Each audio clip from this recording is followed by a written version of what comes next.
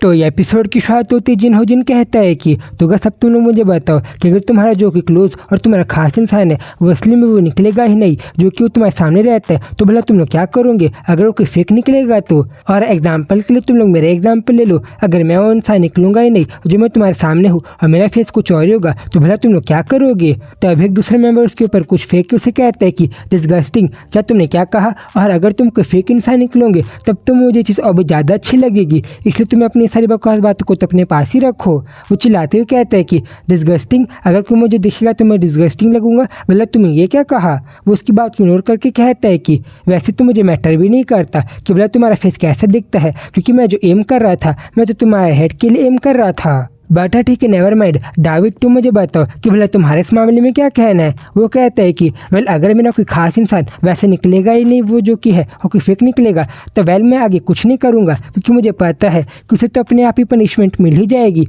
कुछ प्रीस्ट के थ्रू, क्योंकि मैंने इस बारे में अपने बहुत सारे बुक्स और लिटरेचर में भी पढ़ा है। क्योंकि अगर कोई इंसान ऐसा करता है तो वो आगे चल के अपने खुद के बनाए हुए गड्ढे में खुद ही गिर के फंस जाएगा और वो तो अपनी सारी प्रॉब्लम को खुद ही फेस करेगा। और आखिर में उस इंसान ने जो सारी प्लानिंग प्लॉटिंग की है वो सारी चीज़ों में जाके तो वो खुद ही फंस जाएगा। क्योंकि हमने तो ऐसा हर बार देखा है कि जो भी इतना फेक बनने का ट्राई करता है वो आगे कभी ना कभी तो पकड़ा ही जाता है। देन उनमें से कोई ट्रेनर से पूछता है कि ठीक है ट्रेनर आप बताओ कि वेल आपके इस मामले में क्या कहना है। वो स्माइल करते हुए कहता है कि वेल जिन हो जिन, मुझे तो ऐसा लग रहा है कि आज तुम्हारे पास कुछ ज़्यादा ही फ्री टाइम है, जो तुमने जो अभी गलती से कोई ऐसी नॉर्मल वीडियो को देख लिया तुम उस वीडियो के बारे में भले इतने सारे हम लोगों के साथ बकवास बात को कर रहे हो और हमारे टाइम को वेस्ट कर रहे हो। वो कहते हैं कि वेल मेरे करने का कोई मोटिव नहीं था, क्योंकि मेरी फीड में तो ऐसी वीडियो आ गई थी, तो फिर जैसे ही मैंने इस वीडियो को देखा तो मुझे लगा कि वीडियो हमारे काम की होगी, इसलिए मैंने बस आप लोगों को बता दिया कि कहीं आप में से कोई इंसान अपने किसी करीबी से फूल ना हो जाओ और कि आपको धोखा ना दे दे। बैठा अगर मैं अपनी बात करूँ तो अगर वो इंसान मेरा क्लोज कोई एक वुमेन होगी तब तो मैं उसे पोलाइटली उसके मास्क को उतारूंगा और फिर आगे चल के मैं उसे वैसी पहले की तरह पानी में फेंक दूंगा। और फिर ऐसे थोड़े टाइम बाद उसके ऊपर के फेस का स्किन तो अपने आप ही पानी में सोख होने के कारण निकल जाएगा। और आगे चल के क्योंकि मैं मरीन में हूँ, मैंने तो इस टाइप के बहुत सारे लोगों को फेस किया है और मैंने तो मरीन में रहते हुए जो कि लिए सही बट भूतों को भी पकड़ा है, इसलिए मुझे इस बारे में ज़्यादा कोई दिक्कत नहीं है। दूसरा मेंबर कहता है कि अब तुम चुप हो जाओ, क्योंकि मुझे पता है कि अब तुम प्रैक्टिकल बात को छोड़ के अब कुछ भी अपने मन से नॉनसेंस बात को बना के कह रहे हो। देन फिर वो लोग जब इसी क्वेश्चन को रियोंग से करते कि भला तुम क्या करोगे अगर तुम्हारे पास कोई इंसान फेक निकलेगा, तब तो नहीं पता क्यों बट बहुत ज़्यादा थोड़ा सा गुस्से में आ जाती है और आगे अपने कुछ बातों को याद करने के बाद कहती है कि ओवल अगर मैं मेरी बात करूँ तो आगे मेरे साथ ऐसा हुआ और फिर से मेरे पास कोई मेरा क्लोज इंसान अपने आप को डिस्गस करके मेरे सामने कोई फेक बन के रह रहा है, तो फिर मुझे तो पता है कि आगे मैं भला क्या करूँगी। क्योंकि मैंने चीज़ को देखा है कि कोई भी इंसान कितने भी स्क्रिप्ट को रट ले और वो कितना भी फेक बिहेव करे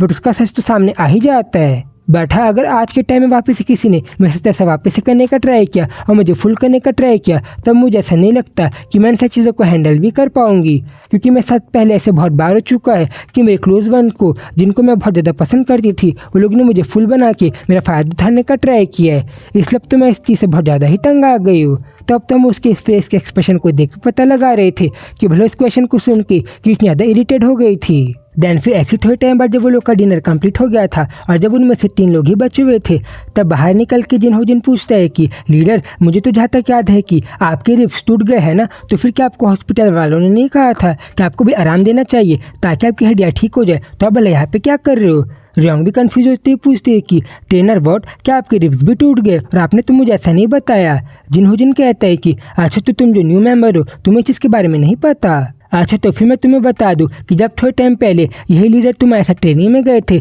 तब उनको नहीं पता बट कैसे थोड़े से माइनर फ्रैक्चर आ गए थे, इसलिए उनके साथ ऐसा हो रहा है। और तुम्हें तो पता ही होगा ना कि जब हमारे शरीर की रिब्स टूटते हैं तब हमें वैसे तो ज़्यादा दिक्कत नहीं होता, बट जब हम लोग ठंड का सामना करते हैं और हम थोड़े से तकलीफ़ों को फेस करते हैं तब हमें थोड़ा सा दर्द देता है और तब तो हमें सांस लेने में और हमने हाथों को उठाने में भी तकलीफ आती है। वो भी कंफ्यूज थी तभी उसे याद आता है कि अच्छा मुझे याद है कि जब हम लोग थोड़े टाइम पहले ही जब मिशन में थे तब वहाँ की कंडीशन कितनी ज़्यादा बुरी थी और ठंड के कारण शायद से ऐसा हो सकता है क्योंकि उस टाइम पे भी लीडर को तो बहुत सारे माउंटेन्स को भी क्लाइम करना पड़ा था। देन तभी वो कहता है कि वेल ठीक है अभी हमें बस मेरे थोड़े से फ्रैक्चर के बारे में इतना ज़्यादा मैस नहीं बनाना चाहिए, क्योंकि अगर हम लोग यहाँ पे बैठ के बस इन सारी चीज़ों के बारे में बात करेंगे तो आते जाते लोगों को ऐसा भी लग सकता है कि हम लोग तो किसी और इंसान की फ्यूनरल की तैयारी कर रहे हैं। वो कहते हैं कि वेल क्या आपको इस टाइप का एग्जाम्पल देना जरूरी है। और सही में अगर मैं आपके जैसे किसी टफ इंसान के अंदर काम कर रही हूँ तब तो मुझे इस सारी चीज़ों को हैंडल करना सीखना ही पड़ेगा। देन तभी अगली सेकंड जिन हो जिन अपने ही थोड़े से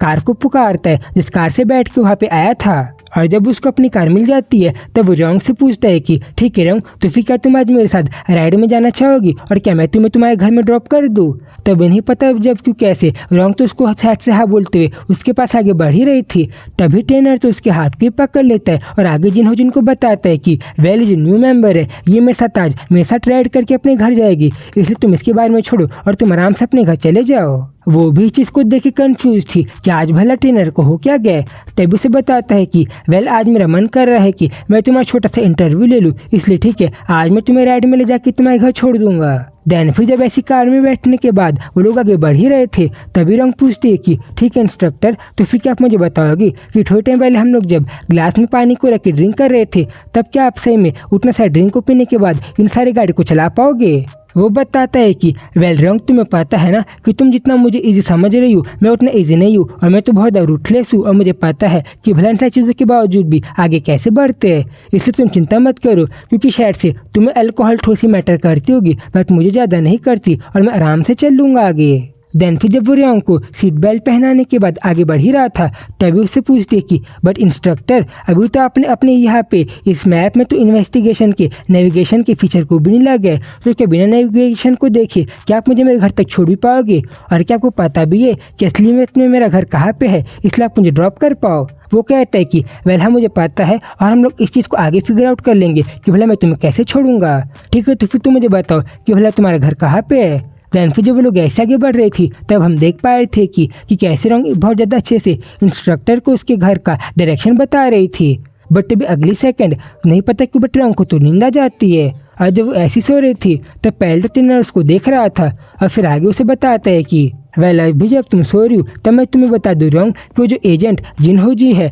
वो उतना नॉर्मल नहीं जितना तुम सोच रही हो और मैंने तो उसको फर्स्ट टाइम पे तब देखा था जब मैं किसी यूडीटी के मिलिट्री के ट्रेनिंग में गया था कुछ सालों पहले और उस टाइम पे तो ये मेंबर मेरे से ज़्यादा नहीं बस 2 साल ही छोटा था और मैं तो उसको देख के ही पहचान गया था कि इंसान तो बहुत ज़्यादा हेल्दी और बहुत स्मूथ फेस का है, जो चीज़ तो मुझे पहली बार देखने में बहुत ज़्यादा इंप्रेसिव भी लग रही थी उसके बारे में। और जब भी मैं उसको वहाँ पे देखता था तब तो वो मुझे बहुत ज़्यादा ओबीडियंट यानी कि बहुत ज़्यादा अच्छा दिखाई देता था और भले वो कितना भी ज़्यादा अंदर से पैथेटिक हो बट वो सामने से बहुत ज़्यादा जेन्युइन और सिंसियर दिखाई देता था मुझे। और स्पेशली जब वो जिन हो जिन अपने सीनियर के साथ काम करता था तब वो उनके साथ बहुत ज़्यादा लॉयल रहता था, उनकी सारी बातों को मानता था, जो चीज़ उसके बारे में सारे लोगों को बहुत ज़्यादा अच्छी लगती थी। और जिन हो जिन की सिंसियर बात तो है जो उसको बाकी लोगों के कंपैरिजन में बहुत ज़्यादा गुड और अच्छा बनाती है और इन चीज़ों के कारण हम उसका यूज़ कर पाते हैं। और पहले तो उस टाइप का मैन हमें देखने में बहुत ज़्यादा प्लेन लगता है बट जब हम उसे थोड़ा सा सस्पिशियस में देखते हैं और हम उसके बारे में पता लगाने का ट्राई करते हैं तब हमें पता चलता है कि